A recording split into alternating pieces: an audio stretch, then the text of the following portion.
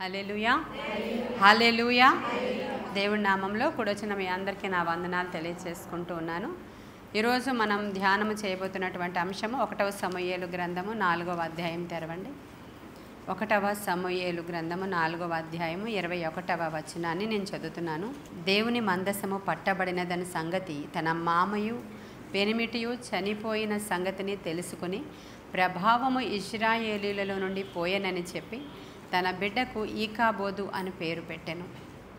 ఈ యొక్క సందర్భము మన అందరికీ తెలిసిందే. ఏలి అనేటువంటి యాజకుడు ఉన్నాడు. ఆయనకి 2 పిల్లలు ఉన్నారు, హోఫ్ని, ఫీనెహాసు.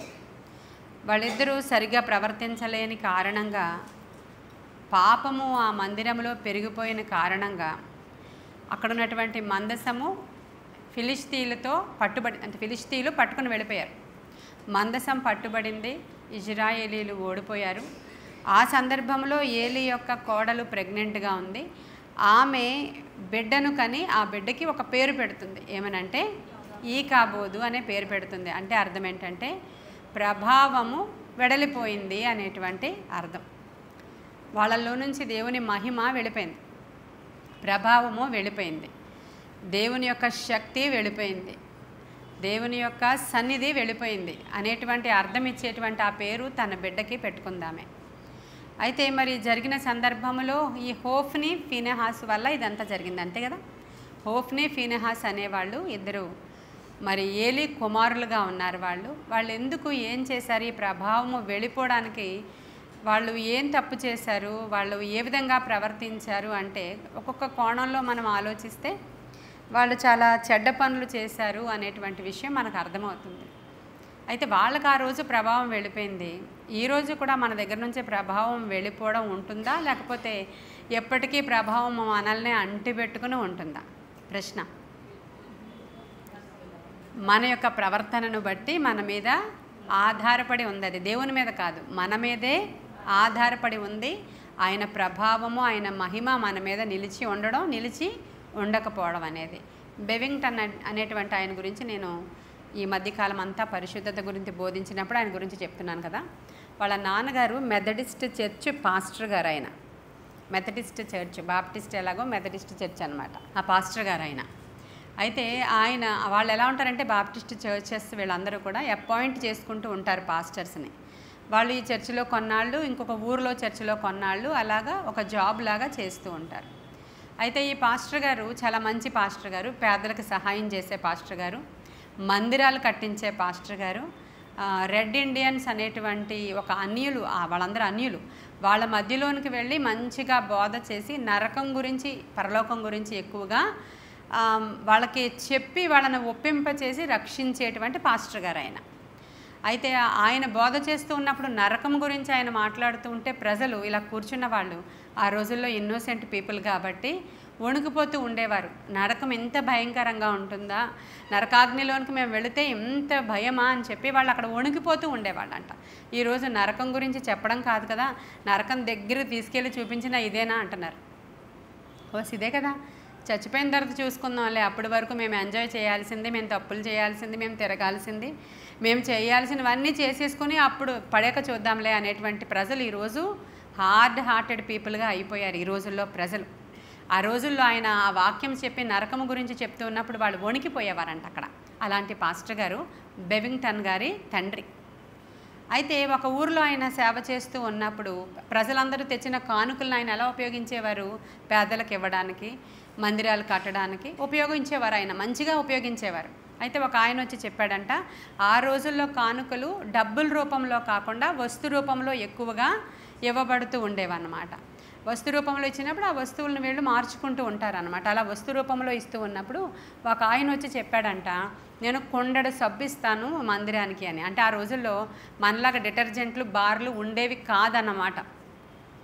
కుండెడు సబ్బు అని రాయబడి ఉంది ఆ పుస్తకంలో. అంటే అది బహుశా మరి అది ఒక లిక్విడో, లేకపోతే కుంకుడుకాయ లాంటిదేవో, లేకపోతే ఏమో మనకు తెలియదు అది. మరి కుండెడు సబ్బు నేను ఇస్తాను అని ఆయన వాగ్దానం చేశాడు. అయితే కానీ ఆయన ఇవ్వలేదు. ఆ తర్వాత ఈయన వేరే పల్లెటూరికి పాస్టర్గా వేశారు కొన్నాళ్ళ తర్వాత. పాస్టర్గా వేసినప్పుడు ఈ పాస్టర్ గారు అక్కడికి వెళ్ళినప్పుడు ఎవరైతే అప్పుడు సబ్బు ఇస్తాను అని చెప్పి అబద్ధం ఆడి వెళ్ళిపోయాడో ఆయనే ఇప్పుడు ఈ చర్చిలో సంఘ పెద్దగా ఉన్నాడు. ఇప్పుడు ఈయన ఆయన్ని చూసినప్పుడు మండిపోయాడు ఈయన. అయితే పైగా అన్ని కార్యక్రమాలు చూడడానికి, అన్ని కార్యక్రమాలు చూసుకోవడానికి సంఘ పెద్దలదే ఎక్కువ బాధ్యత కాబట్టి ఆయన్ని చూస్తుంటే ఈయన కోపం వచ్చేస్తుంటే చెప్పాడంట, ఈయన అబద్ధికుడు, మంచోడు కాదు, మోసగాడు, కాబట్టి ఈయన ఇక్కడ సంఘ పెద్దగా ఉండడానికి తగడు, ఈయన అక్కడ లేకపోతేనే నేను మీ చర్చికి పాస్టర్గా వస్తాను, ఈయనన్నా ఉండాలి నేనన్నా ఉండాలి, ఆయన ఉంటే నేను రాను అని ఈయన కోపగించి కూర్చున్నాడు ఈయన. అయితే ఆయన నిజంగా ఆ రోజు వాగ్దానం చేసి ఇవ్వలేకపోయాడు, కానీ ఇప్పుడు ఈ సంఘానికి మాత్రం మేలుకరంగానే ఉన్నాడు. ఆయన ఈ సంఘంలో పనులు జరిగించడానికి డబ్బులు ఇస్తున్నాడు, పెద్దగా ఉన్నాడు అని అంటే కొన్ని బాధ్యతలు నిర్వర్తిస్తున్నాడు అంటే ఈయన కొంచెం మంచి ఆయనే. కానీ తండ్రి ఒప్పుకోలేదు. కాబట్టి ఒప్పుకోకపోయిన కారణంగా ఇంకా ఈయనే ఉద్యోగం మానేసి వెళ్ళిపోవాల్సిన పరిస్థితి. సంఘస్థులందరూ ఒప్పుకోలేదు. ఈయన ఎప్పటి నుంచో మా సంఘస్థులు ఈయన మంచోడే, మాకు ఎంతో సహకారిగా ఉన్నాడు, ఈ పనులన్నింటిలో ఎంతో ఉపయోగకరంగా ఉన్నాడు ఆయన, కాబట్టి మేము ఒప్పుకోము, ఈయనే మాకు కావాలి అన్నారు. అయితే నేనే పదవీ విరమణ చేస్తానని చెప్పి రిజైన్ చేసి బెవింగ్టన్ గారి తండ్రి వెళ్ళిపోయాడు. ఆ తరువాత ఆయన మీద కోపగించుకున్నాడు, వెళ్ళిపోయాడు. ఈయనకి ఉద్యోగం పోయింది. ఇప్పుడు ఎక్కడికి వెళ్ళి ఈయన సేవ చేయలేకపోతున్నాడు, అపరాధ భావంతో ఉన్నాడు, అదొక రకమైన గిల్ట్ ఫీల్ అవుతున్నాడు ఆయన. మొత్తానికి ఏదో అయింది ఆయనకి. ఆ తర్వాత చాలామంది పాస్టర్లు వచ్చి ఈయన్ని లేవనెత్తడానికి ట్రై చేశారు, కానీ ప్రభావము ఆయనని విడిచిపోయిన కారణంగా ఆయన మరలా మునుపటి వలె వాడబడలేకపోయారు అని రాయబడి ఉంది. దాన్ని ఈయన కక్ష పెట్టుకున్నాడు కాబట్టి ప్రభావం ఆయన నుంచి వెళ్ళిపోయిందంట. ఈయన రాస్తున్నాడు బెవింగ్టన్, మరలా నా జీవిత కాలంలో నా తండ్రి మరలా కోలుకొని ఆయన దేవుని పరిచర్యలో వాడబడడం అనేది నాకు ఇంకా తెలియదు అని చెప్పి ఆయన రాశాడు. మరి ఈరోజు విశ్వాసులైన మీరు, సేవకులమైన మేము ఎలాగా మన జీవితంలో దేవుని యొక్క మహిమ లేదంటే ప్రభావాన్ని ధరించుకునే ఉన్నామా, లేకపోతే కోల్పోయామా ఎప్పుడైనా? ఏలీ కుమారులు ఎలా కోల్పోయారో ఒక 2-3 విషయాలు మీతో నేను ఈరోజు మాట్లాడాలనుకుంటున్నాను. ఏలీ కుమారులు అంట, చూడండి, మొదటి పాయింట్ చూద్దాం. సమూయేలు గ్రంథంలోనే 1వ సమూయేలు గ్రంథము 2:12 చూద్దాం. 2:12 చదువుతున్నాను. ఏలీ కుమారులు యెహోవాను ఎరుగని వారై మిక్కిలి దుర్మార్గులై ఉండిరి అనేటువంటి మాట ఉంది అక్కడ. వీళ్ళు దేవుణ్ణి ఏం చేశారంట? వాళ్ళు ఎరుగని వారే. దేవుడు అంటే వాళ్ళకి తెలీదు. చెప్పండి, మీకు తెలియే కదా చెప్తున్నాను. దేవుడిని ఎరుగని వారంట, అంటే దేవుడు అంటే వారికి తెలియదు. ఇప్పుడు వాళ్ళు ఎక్కడున్నారు? వాళ్ళ యొక్క నివాసం ఎక్కడ అనుకుంటున్నారు? మందిరంలోనే, దేవుని మందిరం దగ్గరే, షిలోహులోనే.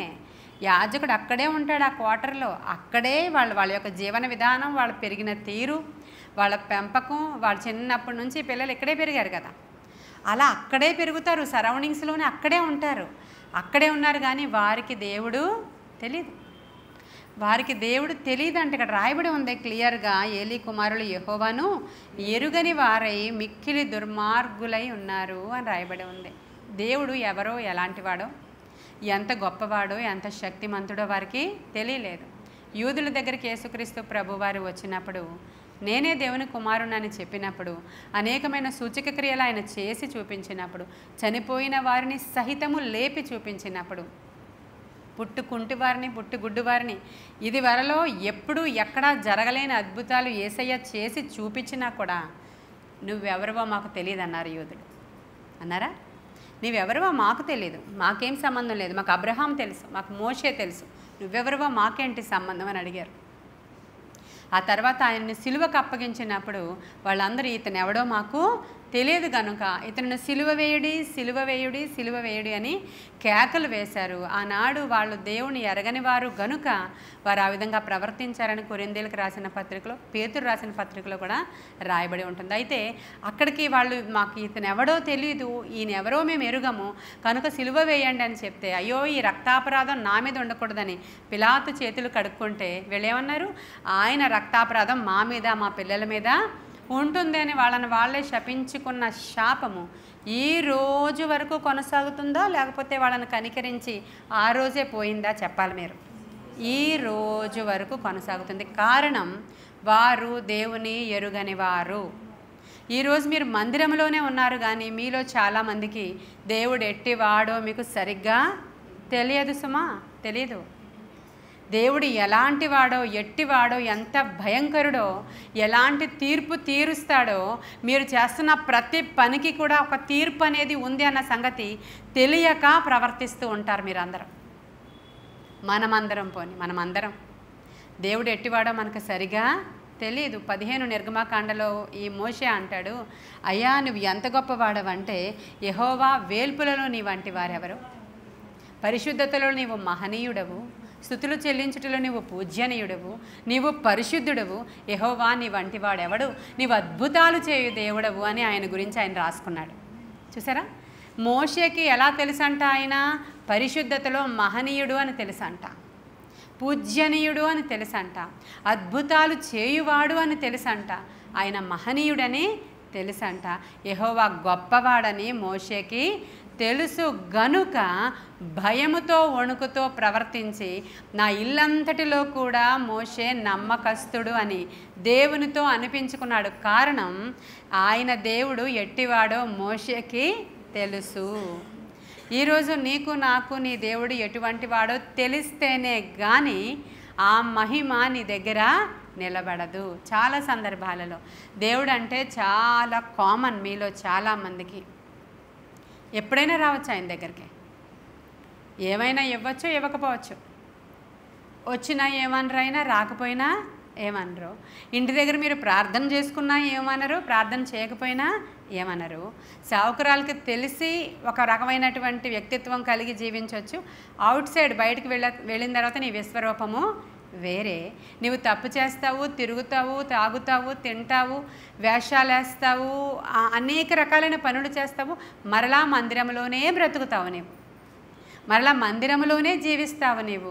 అప్పుడు నిన్ను చూసి ఏమంటారంటే వారి దేవుడు ఎట్టివారో వారికి తెలియదు గనుక వారి మీద దేవుని యొక్క ప్రభావము లేదు.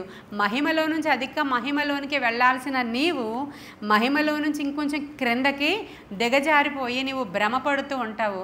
నేను దేవుని దగ్గరే ఉన్నాను, నేను దేవుని మందిరంలోనే ఉన్నాను. మేము ఎవరమో తెలుసా, మేము యాజకుడు కుమారులము అనేటువంటి జులుము ప్రదర్శించారు వాళ్ళు. కానీ దేవుడు ఎట్టివాడంటే నీవు చేసే ప్రతి క్రియకి కూడా తీర్పు తీర్చువాడు.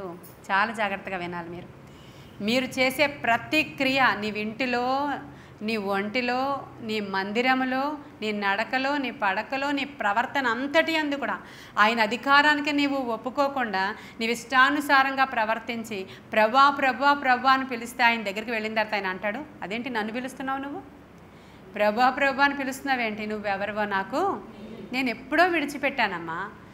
నువ్వు ఇక్కడ సంఘంలో ఒక మనుషుల యొక్క లిస్టులో ఉండాల్సింది కాబట్టి నువ్వు ఉన్నావు, నీకు తలాంత్ ఉంది కాబట్టి నువ్వు పాడుతున్నావు అంతే, తలాంత్ ఉంది కాబట్టి బైబిల్ చదువుతున్నావు అంతే. నీకు నేను తలాంతుల్ని ఇచ్చి తీసుకునేవాడిని, మళ్ళీ రిటర్న్ తీసుకోను, నేను ఏమైనా గిఫ్ట్ ఇస్తే తీసుకోను, ఎందుకంటే నేను రాజుని. ఒక పేదవాడికి ఒక బహుమానం ఇచ్చాడు రాజు, ఈ పేదవాడు మంచివాడు కాదు కదా, నువ్వు పట్టుకెళ్ళి తీసుకొచ్చి నాకు ఇచ్చేయని తీసుకోడు కదా రాజు. అలాగా ఆయన ఇచ్చినటువంటి బహుమానాలను ఆయన తీసుకునేవాడు కాడు. ఇప్పుడు మనందరికీ నీ దేవుడు ఎట్టివాడో తెలుసుకోవాలంటే ఆ రోజు ప్రజలందరూ లేఖనాలను పరిశీలించారు, లేఖనాలను పరిశోధించారు, లేఖనాలలో పట్టు సంపాదించి వారి దేవుడు ఎట్టివాడో పరిశీలించుకొని తెలుసుకున్నారు. వాళ్ళే జ్ఞానులు అనబడ్డారు.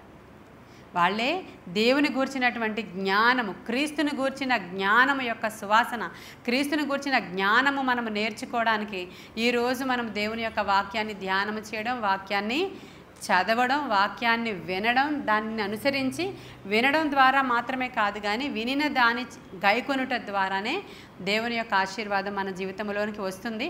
అప్పుడు దేవుని యొక్క ప్రభావము, షకైనా వెలుగు, షకైనా మహిమ మన దగ్గర, మన ఇంట్లో, మన ఒంట్లో నిలిచే ఉంటుంది. ఇంక రెండవ పాయింట్ చూద్దాం మనం.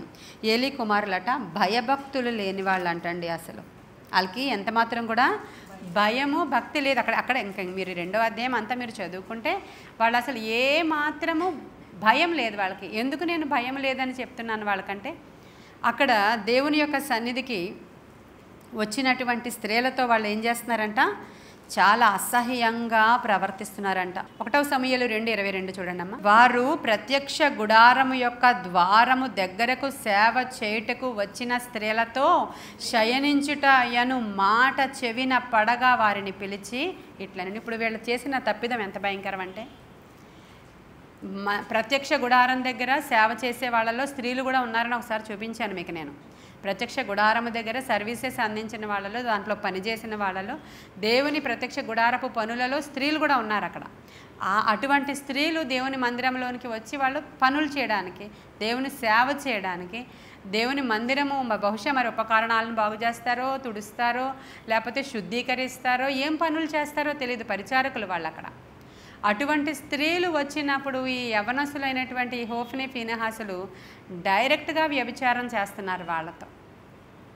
ఏమాత్రం కూడా భయము, వాళ్ళకి భయము భక్తి లేదు. రెండో పాయింట్ చెప్తున్నాను నేను. మొదటి పాయింట్, దేవుడు ఎవరో వారికి తెలీదు. మీకు తెలుసో లేదో ఒకసారి స్వపరిశీలన చేసుకోవాలి. చాలామందికి తెలియదండి, నిజంగా చెప్తున్నా. తెలిస్తే భయముతో వణుకుతో మనం భక్తి చేస్తాము, గడగడ వణుకుతూ దేవుని మందిరానికి వస్తాం తప్ప, దేవుని మందిరానికి వచ్చినప్పుడు ఎలా ప్రవర్తించాలి, ఏం మాట్లాడాలి, దేవుని మందిరం బయటికి వెళ్ళినప్పుడు నువ్వు ఎక్కడో వేరేగా ఉన్నప్పుడు కూడా అక్కడ కూడా నిన్ను దేవుడు చూస్తూ ఉంటాడు. దేవుడు మందిరంలోనే ఉంటాడా? ఎక్కడైనా సరే ఉంటాడు. కానీ నువ్వు వేరే వేరే చోట్లకు వెళ్ళినప్పుడు, నువ్వు ఇంకా ఎక్కడికో తిరిగినప్పుడు, నువ్వు ఇంట్లో ఉన్నప్పుడు, బయట ఉన్నప్పుడు, ఒంటరిగా ఉన్నప్పుడు, అప్పుడు నువ్వేమేమి చేస్తున్నావో కూడా ఆయనకు తెలుసు. ఏం చేయడం ద్వారా మహిమను కోల్పోతున్నావో నీకు తెలియదు, లాస్ట్ వరకు తెలియదు. ఈ హోఫ్నీ ఫీనెహాసులకు లాస్ట్ వరకు తెలియదు వాళ్ళకి దేవుడు మరణాన్ని రాసి ఉంచాడని.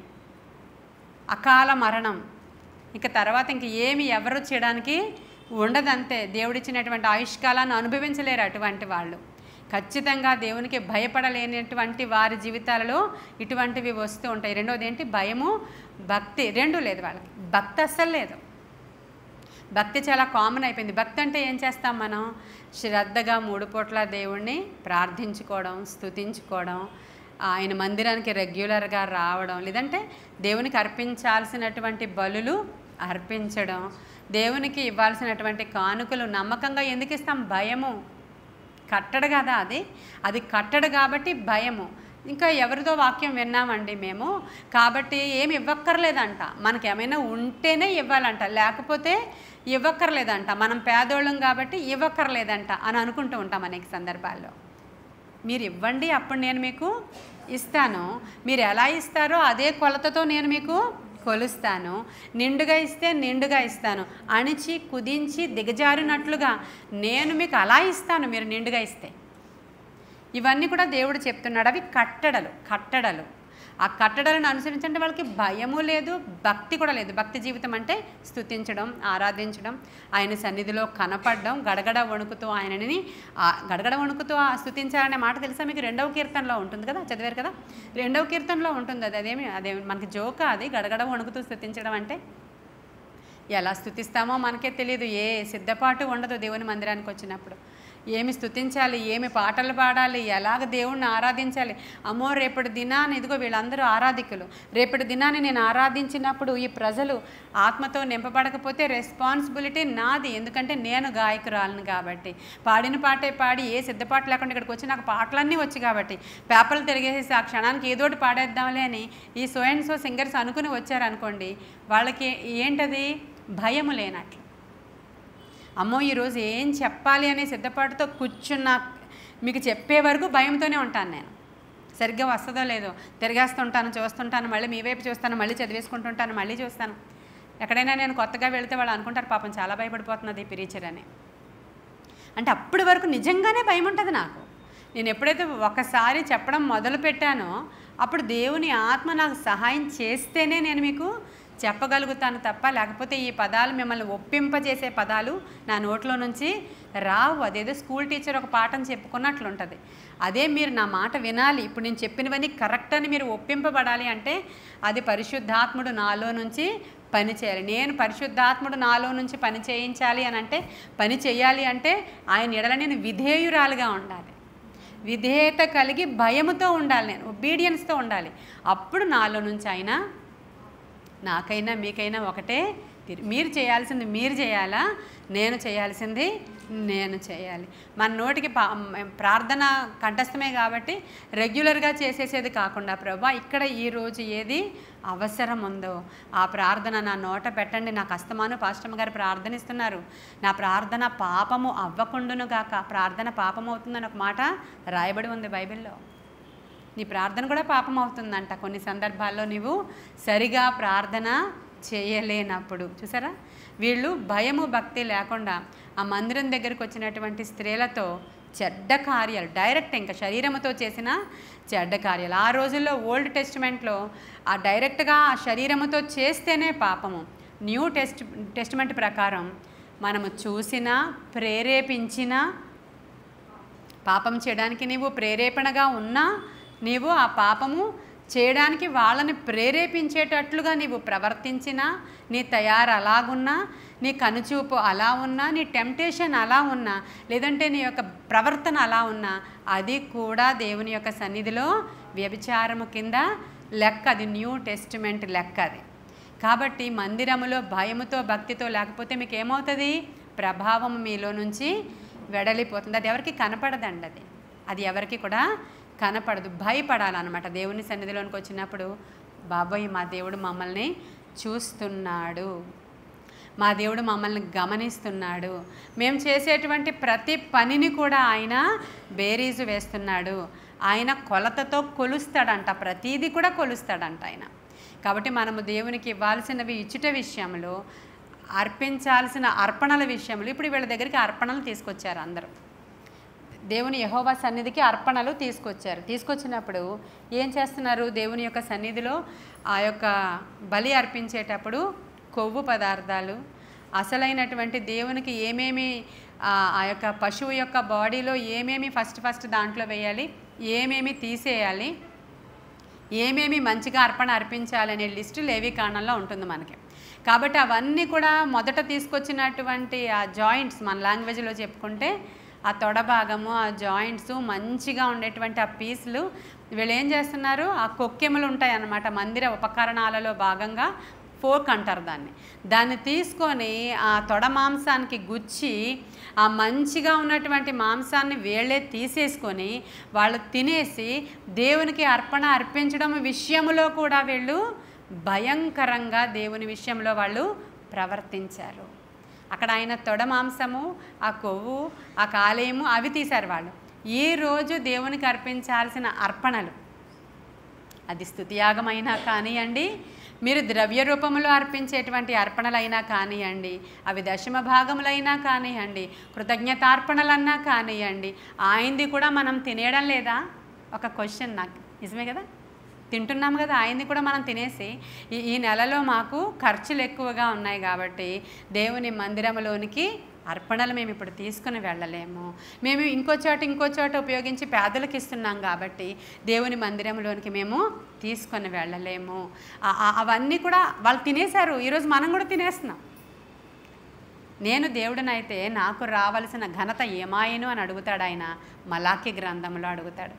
మీరు నా మందిరంలోనికి ఏం తీసుకొస్తున్నారు? గుడ్డివి నడ్డివి తీసుకొస్తారా అని అడిగాడు ఆయన. నేను దేవుడిని అయితే నాకు రావాల్సిన ఘనత ఏమైందో నాకు ఇప్పుడు ఆన్సర్ చేయండి మీరు అని అడిగాడు ఆయన. కాబట్టి ఇది డబ్బులు ఇవ్వండి అనేటువంటి బోధ కాదు. దేవుని యొక్క మహిమను మనము కోల్పోవడానికి ఏ విషయాలు అక్కడ మనకి క్యాలిక్యులేట్ చేయబడతాయి అనేటువంటి బోధను నేను చేస్తున్నాను. భయము భక్తి, దేవుణ్ణి మనము ఎరిగిన వారమా కాదా? మన దేవుణ్ణి మనం ఎరిగిన వారమైతే ఆయన మన పోషకుడు అని మనకు తెలుసు. ఆయన ఖచ్చితంగా మమ్మల్ని నడిపించగలడు. ఆకాశ పక్షులను పోషిస్తున్న నా దేవుడు ఖచ్చితంగా నన్ను పోషిస్తాడు. నా దేవుని కొరకు, నా దేవుని మందిరము కొరకు, నా దేవుని సేవ కొరకు నేను ఉపయోగపడాలి. నేను ఈ యొక్క న్యూ టెస్టిమెంట్ యాజకుడిని. మనమందరం కూడా నూతన నిబంధన ప్రకారము యాజకులము కనుక మందిర సేవలో పాలిభాగస్తులుగా మనము ఖచ్చితంగా ఉండాలి. భయపడాలి. దేవుని సన్నిధిలో మనము భయపడాలి. పాస్టరమ్మ గారు చూస్తున్నారనే భయం కాదండి, దేవుడు చూస్తున్నాడు అనేటువంటి భయం. ఈరోజు మన యొక్క సంచి అంతా చిల్లు సంచిగా ఎందుకు అయిపోయింది అని అంటే, మీరు నాకు చేయాల్సింది మీరు చేయలేకపోతున్నారు కాబట్టి మీరెంత సంపాదించిన సంపాదన నిలబడడం లేదు, చిల్లు సంచిలో వేసినట్లుగానే కారిపోతుంది. మీరెంత దుప్పటి కప్పుకున్నా కూడా మీకు చలి తీరడం లేదు, మీరు ఎన్ని చేసినా కూడా మీకు ఆకలి తీరడం లేదు. ఇవన్నీ కూడా ఆయన చెప్తాడు. ఎందుకు అని అంటే, మీరు సరంబి వేసిన గృహాలలో ఉంటూ నా మందిరం గురించి మీరు పట్టించుకోవట్లేదు కాబట్టి అని అడుగుతున్నాడు ఆయన. కాబట్టి ఈరోజు మనము ప్రభావము మాతో ఉందా లేదా? ప్రభావం మనతో ఉంటే వచ్చే అద్భుతం ఏంటంటే, ఆ ప్రభావము, ఆ మందసము ఎప్పుడైతే ఇజ్రాయిలీల మధ్యలో ఉందో శత్రువు టచ్ చేయలేడు. శత్రువు మన ఇల్లుని టచ్ చేయలేడు, మన పిల్లల్ని టచ్ చేయలేడు, మనల్ని టచ్ చేయలేడు. ఎవ్వరూ వచ్చి ఏ రోగము కూడా మనల్ని టచ్ చేయలేదు. ఏ శత్రు భయము లేకుండా ప్రశాంతంగా పడుకుంటాం మనం. రోగం వచ్చినా కూడా పారిపోతుంది, అది మన దగ్గర నిలబడ జాలదు. మన ఇంట్లో కరువు, ఖడ్గము, ఏడుపు, దుఃఖము, బాధలు ఉండవు. ఎందుకంటే ఆయన మందసం మన మధ్యలో ఉంటుంది కాబట్టి. ఆయన మందసం మన మధ్యలో ఉంటే వాళ్ళకి అక్కడ సమృద్ధి అండి. ఆ మందసం ఉన్న చోట షెకైనా వెలుగండి అక్కడ వాళ్ళకి. ఆ మందసం ఉంటే ఏ శత్రువుడు అమ్మో వాళ్ళ దేవుడు వారి మధ్యలో ఉన్నాడు, నేను వెళ్ళినా ఎంత మాత్రం కూడా నాకు జయము రాదంతే అని చెప్తారండి వాళ్ళు. మేము వెళ్ళినా మాకు జయం రాదండి, ఎందుకంటే వారి దేవుడు వారి మధ్యలో ఉన్నాడు. అది జరుగుతుంది మన గృహాలలో. షెకైనా మహిమ మన ఇంట్లో ఉంటే, మనము మహిమను కోల్పోకుండా ఉంటే, మనము ఏకాబోధులము కాకుండా ఉంటే మన జీవితంలో జరిగేటువంటి దేవుని యొక్క కృప. ఈరోజు మనం అందరం అదే అనుభవిస్తున్నామండి. సంఘములో ఉన్నాము కాబట్టే ఇంత మనం ఇంట్లో ఈ మాత్రమైన సమాధానము, నెమ్మది, దీవెన, మన బిడ్డలు మనము కలిసి జీవించడానికి అవసరమైన కృప. ఈరోజు సమాధానంగా ప్రతి రాత్రి నిద్రపోతున్నాం, తింటున్నాం, త్రాగుతున్నామంటే, తిరుగుతున్నామంటే, ఉనికి కలిగి ఉన్నామంటే, ఆరోగ్యంగా ఉన్నామంటే దేవుని ఉచితమైన కృప. మనము మందసం దగ్గర ఉన్నాము కాబట్టే, ఆయన మందసము మన మధ్యలో ఏదో ఒక కొంతైనా కొంచెం భయము, భక్తి ఉంది కాబట్టి ఇక్కడికి వచ్చి ఉపవాస ప్రార్థనలో కూర్చోగలుగుతున్నాం మనం. ఇది కూడా లేని వాళ్ళు, మాకు అసలు ఏమాత్రం కూడా భయం లేని వాళ్ళు ఆదివారం కనబడి వెళ్ళిపోతూ ఉంటారు. కొంతమందికి వీలు లేకపోవచ్చు, కొంతమందికి ఉద్యోగాలు ఉండవచ్చు, కొంతమందికి అన్నీ ఉన్నా కూడా రాలేనటువంటి బద్ధకం అయి ఉండొచ్చు, కొంతమందికి భక్తి లేకపోవడం కారణం అయ్యి ఉండొచ్చు, ఆచార ప్రకారమైనటువంటి క్రైస్తవ్యంలో వాళ్ళు ఉండడం అవ్వచ్చు. ఇంకా మనం 3వ పాయింట్ చూద్దాం. వాళ్ళ వస్త్రాలట అపవిత్రం చేసుకున్నారంట. 1వ సమూయేలు 2:25 నేను చదువుతున్నాను, వినండి. నరునికి నరుడు తప్పు చేసిన ఎడల దేవుడు విమర్శ చేయును గాని, ఎవరైనా యెహోవా విషయంలో పాపము చేసిన ఎడల వాని కొరకు ఎవడు విజ్ఞాపనం చేయును అనేను. చూడండి, ఈ మాట ఎంత భయంకరంగా ఉందంటే, ఇప్పుడు మనుషులతో మనం మనుషులను తప్పు చేసామనుకోండి, ఏదైనా చెప్పి చేయకపోయినా, లేదంటే ఏదైనా కొన్ని విషయాలలో మన వాగ్దానాలు నిలబెట్టుకోకపోయినా, లేకపోతే నరుడికి నరుడు ఏమైనా మనం పొరపాట్లు చేసుకోవచ్చు. ఎవరికైనా మాట ఇచ్చి నెరవేర్చకపోవడం, లేదంటే వాళ్ళ మీద చెడ్డ మాటలు మనం చెప్పడం, ఏదో మనం నరుడికి నరుడు ఏమైనా చేస్తే ఎవరైనా వాళ్ళని రక్షించగలరు. కానీ వీళ్ళు ఎవరితో పెట్టుకున్నారు ఈ హోఫ్ని, ఫీనెహాసు? ఇప్పుడు నేను చెప్పిన మాటలన్నీ కూడా మనం దేవునితో ఎలాంటి విషయాల్లో పెట్టుకుంటున్నామో కూడా ఆలోచించాలి. మనం నరుడికి నరుడు చేస్తే ఎవరైనా ఏమైనా చేయగలరు, కానీ వీళ్ళు దేవునితో పెట్టుకున్నారు కాబట్టి యెహోవా విషయంలో పాపము చేసిన ఎడల వాని కొరకు ఎవడు విజ్ఞాపనము చేయును అనేను. అయితే యెహోవా వారిని చంపదలచి ఉండెను గనుక వారు తమ తండ్రి యొక్క మొర్రను, ఇప్పుడు ఇంకా డిసైడ్ అయిపోయాడు దేవుడు.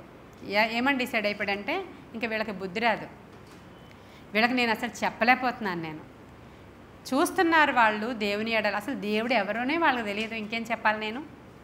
అసలు దేవుడు ఎవరో తెలియదు, అసలు భయమే లేదు వాళ్ళకి, అసలు భక్తే లేదు, ఇష్టం వచ్చినట్లు ప్రవర్తిస్తారు, దేవుని మందిరానికి వస్తారు, వాళ్ళకి అసలు భయమే లేదు. కాబట్టి దేవుడు ఆల్రెడీ డిసైడ్ అయిపోయాడంట, యెహోవా వాళ్ళని చంపదలచెను గనుక ఇక వాళ్ళు తండ్రి మాటకు కూడా వాళ్ళు లోబడడం లేదు అని రాయబడి ఉంది. అంటే 3వ పాయింట్గా మనం ఏం తీసుకోవాలంటే, తండ్రి మాటను కూడా లక్ష్యము చేయని వారు. తండ్రి అంటే ఆ రోజు అక్కడ ఏలిని తీసుకుంటారు, ఈరోజు తండ్రి అంటే దేవుణ్ణి తీసుకోండి, లేదంటే సేవకులను తీసుకోండి. సేవకులు ప్రతి వారం మనకి వాగ్దానాలు, వాక్యాలు, బోధ, హెచ్చరికలు, మిమ్మల్ని నడిపించడానికి వాళ్ళ ప్రయాస, మరలా విడిచి వెళ్ళిపోతే, మరలా మీరు బ్యాక్ వెళ్ళిపోతే మళ్ళీ మిమ్మల్ని లాక్కు రావడానికి వాళ్ళ ప్రార్థనలు, మీరు దిగజారిపోతుంటే, ఆత్మలో చల్లారిపోతుంటే మిమ్మల్ని ఆత్మలో ఉజ్జీవింపచేయడానికి అవసరమైన స్పెషల్ కూడికలు, మీరు భక్తిహీనులు అయిపోతూ ఉంటే, భక్తిలో దిగజారిపోతూ ఉంటే, మరలా మీ కొరకు దేవుడు మాకు దర్శనాలు చూపించినప్పుడు మీకు హెచ్చరికలు, మిమ్మల్ని తీసుకొచ్చి మరలా పురుకొల్పుతూ, అమ్మా నువ్వు ఇలాంటి తప్పు ఎప్పుడు కూడా ఇంకా చెయ్యొద్దు, నా మాట విను అని చెప్తూ ఉంటే వారి తండ్రి మొర్రను కూడా వినలేకపోయారంట. కాబట్టి ఇవన్నీ విషయాలు కూడా మనం ఒకసారి ఆలోచన చేస్తే 1:25 కదా మనం చూసాం, తండ్రి మొరను వాళ్ళు వినలేకపోయారు అసలు వినకపోయారు వాళ్ళు. కాబట్టి ఈ రోజుల్లో ప్రస్తుతం పిల్లలు కూడా చాలామంది తల్లిదండ్రులు చెప్పిన మాట వినకపోతే వాళ్ళ అంతం ఎలా ఉంటుందో ఇక్కడ మనము ఏలి కుమారుల విషయంలో మనం చూస్తాం, హోఫ్ని ఫీనెహాస్ విషయంలో ఖచ్చితంగా చూస్తాం. ఈరోజు తల్లిదండ్రులు ఏమన్నా చెప్తుంటే వాళ్ళకి అర్థమవదు. ఈరోజు తల్లి తండ్రి ఏమైనా వాళ్ళకి చెప్తుంటే వాళ్ళకి ఎక్కదు అసలు. అమ్మ వద్దు, ఆ పని వద్దు, మీరు ఇలా ఉండొద్దు, మీరు అలా ఉండొద్దు, అలా చెయ్యొద్దు మీరు అని చెప్తున్నప్పుడు వారి తండ్రి మాట తల్లి మాట విననోళ్ళక ఉన్నారు కనుక వాళ్ళు అవిధేయులు అయిపోతారు. ఫస్ట్ తల్లిదండ్రులకు అవిధేయులు, తల్లిదండ్రులను సన్మానించకపోయినా, వారి మాట వినకపోయినా, వాళ్ళని తృణీకరించిన ఆయుష్కాలం ఎలా ఉంటుందో బైబిల్లో రాయబడి ఉంది కదా, ఉందా? ఆయుక్షీణం ఎలా అయిపోతుందో, అంటే వాళ్ళ దీపము కారు చీకట్లో ఎలా ఆరిపోతుందో రాయబడి ఉంది. ఇక్కడ కూడా సేమే కదా, ఇంకేమైనా తీరి ఉందా? ఇక్కడ కూడా వాడి తండ్రి మాటను విననోళ్ళకపోయారు కనుక వాళ్ళు ఇంకా దేవుడు వాళ్ళని చంపాలని నిశ్చయించుకున్నాడంట. అక్కడ మీరు కూడా తల్లిదండ్రులకు అవిధేయులు అయిపోతే అక్కడ సామెతల గ్రంథకర్త రాశాడు, ఆయుక్షీణం ఆ కారు చీకటిలో వాళ్ళ దీపం అక్కడ ఆరిపోతుంది అని చాలా క్లియర్గా అక్కడ రాయబడిపోయింది. ఈరోజు మరి భయపడాలి, మనం దేవునికి విధేయత చూపించాలి, భయము భక్తి కలిగి ఉండాలి. అయ్యా ప్రభావం మా యుద్ధ నుంచి తీసేయొద్దయ్యా, ప్రభావంతోనే నేను నింపబడాలి, మా ఇంట్లో ఎప్పుడూ షకైన మహిమ ఉండాలి ప్రభా. నేను చిన్న చిన్న విషయాల్లో తప్పిపోతున్నాను, పెద్ద పెద్ద విషయాల్లో కూడా చాలా నిర్లక్ష్యంగా ఉంటున్నాను. ఇది జ్ఞాపకం పెట్టుకోండి మీరు, నిర్లక్ష్యము. వీళ్ళకి ఇప్పుడు ఏం జరిగిందంటే నిర్లక్ష్యం. ఎవరు మమ్మల్ని ఏం చేస్తారు? మేము ప్రధాన యాజకుడు పిల్లలం, మేము ఉండేదే మందిరంలో ఉంటాం, మేము ఉండేదే అతి పరిశుద్ధ స్థలానికి దగ్గరగా ఉంటాం. మమ్మల్ని ఏమంటారు? మాకే అందరూ తీసుకొచ్చి కానుకలు ఇవ్వాలి. ఇలాంటి నిర్లక్ష్య ధోరణి దేవుడు ప్రతి ఒక్కరికి జడ్జి చేస్తాడనేటువంటి విషయము వాళ్ళకి తెలియకుండా పోయింది. తండ్రి మాటను పెడచెవిన పెట్టారంట వాళ్ళు. తండ్రి చెప్పినప్పుడు, తల్లి చెప్పినప్పుడు వినలేని వాళ్ళు, నిజంగానే త్రోవ తప్పిన చుక్కల్లాగా వాళ్ళు తిరిగిపోతూ వాళ్ళకి దేశదిమ్మరులు అయిపోతారండి వాళ్ళు. లేదంటే ఇదిగో ఇక్కడ చేసినటువంటి కార్యాన్ని చూడగలుగుతాం. కాబట్టి ఈరోజు ఎంతమంది అయితే ఈ వాక్యాన్ని వింటున్నారు, ఇక్కడ కూర్చున్న వాళ్ళు అవ్వచ్చు, యూట్యూబ్లో వింటున్న వాళ్ళు అవ్వచ్చు, ఒకవేళ ఈ 3 పాయింట్లో ఏ పాయింట్ అయినా మా జీవితంలో లేదు అనిపిస్తే ఇప్పుడే మనం రెక్టిఫై చేసుకున్నప్పుడు ఈ కొన్ని మాటలు దేవుడు మన వెనుకడిలో దీవించును గాక. ఆమేన్. ప్రార్థన చేసుకుందాం. మహాపరిశుద్ధుడైన తండ్రి, మహోన్నతుడైన దేవ, సర్వాంతర్యామి నీకు వందనాలు, సర్వశక్తిమంతుడానికి వందనాలు. మాలో మేము ఎవరము ఏకాబోధులుగా ఉండకూడదు నాయన. ఒకసారి మనం అందరం అడుగుదాం, మేము ఎవరము ఏకాబోధులుగా ఉండకూడదు. మా పేరు ఏకాబోధు కాదు నాయన, కాదు తండ్రి నాయన, మా పేరు ఈకాబోధు కాదు నాయన. మేము ఎప్పుడు ఎక్కడ ఎలా కోల్పోయామో నీ ప్రభావాన్ని తిరిగి మేము పొందుకోవాలని ఆశపడుతున్నాం. స్తుతించుట ద్వారా తిరిగి మా స్థితిని మేము పొందుకోవాలని ఆశపడుతున్నాం. దావీదు ఎంతటి కఠిన పరిస్థితులైనా కూడా సణుక్కోకుండా నాయన స్తుతించాడు నిన్ను. కాబట్టి నాయన దావీదు నీ హృదయానుసారుడు అయ్యాడయ్యా. మేము అలాంటి పరిస్థితులు వచ్చినప్పుడు స్తుతించకుండా సణుక్కుంటున్నాం తండ్రి, మేము ఏకాబోధులం అయిపోతున్నాం. మన్నించండి తండ్రి. ఈ రోజు నుంచి మా నోట నీ స్తుతి కేకే ఉండాలి ప్రభువా. సణుగుడు, సంశయాలు నజరేయుడైన యేసునామంలో బయటికి పారిపోవునుగా. మాకు తెలిసి తెలియక మేము ప్రభావాన్ని పోగొట్టుకున్నాము తండ్రి. దయచేసి మరలా తిరిగి అది నాయన మేము ప్రభావాన్ని పొందుకునే భాగ్యం ఇవ్వండి. ప్రభావాన్ని వస్త్రముగా ధరించుకోవాలయ్యా. మా దేవుని మహిమను మేము కలిగి ఉండాలయ్యా. నీ ఆత్మతో మేము నింపబడాలయ్యా. దేవా, ఈ లోక మర్యాద చెప్పున మేము జీవించడం కాదు నాయన, నా దేవుని మర్యాద చెప్పున మేము జీవించాలయ్యా. భయముతో వణుకుతో భక్తి చేయాలయ్యా. మాకు కార్యాలు జరగలేనప్పుడు దేవుని మీద విరక్తితో నాయన భక్తిహీనులం అయిపోకూడదు ప్రభా. మాకు కార్యాలు జరిగినను జరగకపోయినను, ఆయన చేసినను చేయకపోయినను మా దేవుడు పూజ్యుడే, మా దేవుడు అర్హుడే, మా దేవుడు పరిశుద్ధుడే. వేల్పులలో నీ వంటి వాడు ఎవడయ్యా? అయ్యా, అలాంటి గొప్ప దేవుని మేము కలిగి ఉన్నామని నిన్ను స్తుతించుట మా భాగ్యము తండ్రి. ఈ రోజు నుంచి ప్రతి విషయానికి కృతజ్ఞతాస్తుతులు చెల్లించడానికి అవసరమైన కృప మీరు మాకు దయచేయమని, ప్రతి మాటలో ప్రతి నాయన మా నడక పడక విషయాలలో కూడా నమ్మకస్తులుగా ఉండే భాగ్యము మాకు దయచేయండి. ముఖ్యముగా ఇక్కడ కూర్చున్న స్త్రీలైన అనేక మంది వారి యొక్క ప్రవర్తనలో నడకలో మాటలో ప్రవర్తించుటలో నమ్మకస్తులుగాను దేవునిలో భయము కలిగిన వారముగాను దేవా మమ్మల్ని మేము నీ ఎదుట అయా నాయనా ఇదిగో మమ్మల్ని ఒక్కసారి పరిశీలించు పరీక్షించు పరిశోధించని చెప్పేంత దేవా నాయన ధైర్యము గల వనితలుగా నీ ఎదుట నిలవబడ్డానికి అవసరమైన కృప కూడి ఉన్న మా అందరికీ కూడా దయచేయమని వినువారందరూ కూడా ఇది నాన్న వారి తప్పిదాలు రెక్టిఫై చేసుకోవడానికి అవసరమైన కృప కూడా దయచేయమని ప్రభావము మాలో నిలపమని నాయన నీ మహిమతో మమ్మల్ని కప్పమని ఆత్మ కార్యాలు జరిగించి మీరు మహిమ ఘనత ప్రభావాలు పొందుకోమని ఇప్పుడే నాయన నీ కృప మమ్మల్ని ఆవరించి నడిపించి నాయన మీరే మహిమ ఘనత ప్రభావాలు పొందుకోమని యేసయ్య నామములో అడుగుచున్నాము తండ్రి. God bless you.